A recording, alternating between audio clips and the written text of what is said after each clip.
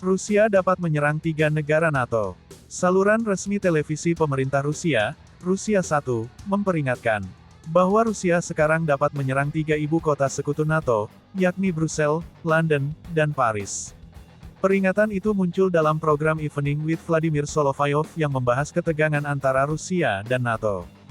Tidak main-main, dalam siaran tersebut, saluran resmi Rusia menghadirkan narasumber, yang merupakan ilmuwan politik terkenal Rusia Sergei Mikheyev pada hari Senin 17 Februari 2025.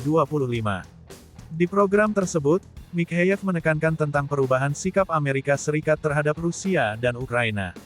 Sergei Mikheyev menyebutkan, jelas bahwa apa yang terjadi adalah berita baik. Ini sangat berbeda dari semua yang pernah kita lihat sebelumnya.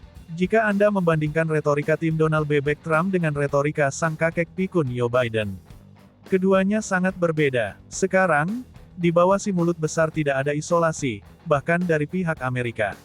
Di mana Sergei Mikheyev merujuk pada sikap pemerintahan Presiden Donald Trump terhadap pasukan Amerika, dan pasal 5 NATO, dengan mencatat klaim Menteri Pertahanan Amerika Pete Hegseth bahwa pasukan Amerika tidak akan terlibat dalam konflik dengan Rusia. Sergei Mikheyev juga menyebutkan, kita harus menjelaskan pemikiran ini kepada orang Eropa yang dikorbankan oleh Amerika.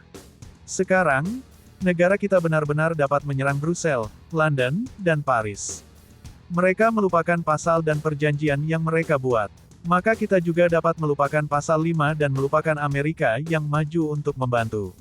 Untuk diketahui, pasal 5 sendiri menetapkan, bahwa jika sekutu NATO menjadi korban serangan bersenjata, maka setiap anggota aliansi lainnya akan menganggap tindakan kekerasan ini sebagai serangan bersenjata terhadap semua anggota dan akan mengambil tindakan yang dianggap perlu untuk membantu sekutu yang diserang.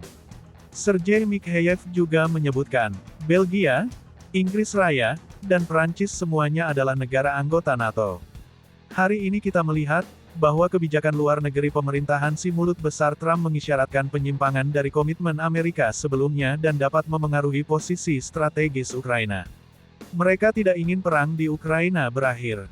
Mereka adalah sumber kekacauan. Anda harus ingat, kami mencatat, selama 3 tahun terakhir, sekitar 50 negara telah memberikan lebih dari 126 miliar dolar Amerika Serikat dalam bentuk bantuan militer ke Kiev. Amerika adalah dalang di balik ini.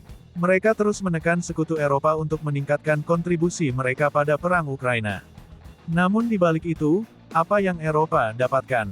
Mereka hanya akan menjadi target langsung dari Rusia.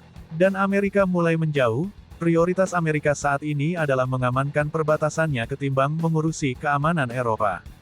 Dan hari ini, kita juga dapat melihat, Rusia tampaknya sedang menilai kembali pilihan politiknya di tengah perubahan sikap pemerintah Amerika di bawah pemerintahan Donald Trump yang terus memberikan ancaman pada dunia internasional dengan sanksi ekonomi mereka. Selain itu, sinyal Amerika mulai meninggalkan Ukraina secara tidak langsung dan melemparkan konflik tersebut pada Eropa sudah mulai tampak. Ketika Peter Brian Hegseth, yang awalnya merupakan pembawa berita Fox News, tiba-tiba saja, entah mungkin Donald Trump salah makan obat mengangkatnya sebagai Menteri Pertahanan Amerika. Di mana Hegseth, pada hari Rabu yang lalu di markas NATO mengatakan, kembali ke perbatasan Ukraina sebelum tahun 2014 adalah tujuan yang tidak realistis. Untuk lebih jelasnya, sebagai bagian dari jaminan keamanan, tidak akan ada pasukan Amerika yang dikerahkan ke Ukraina, kata Hegseth.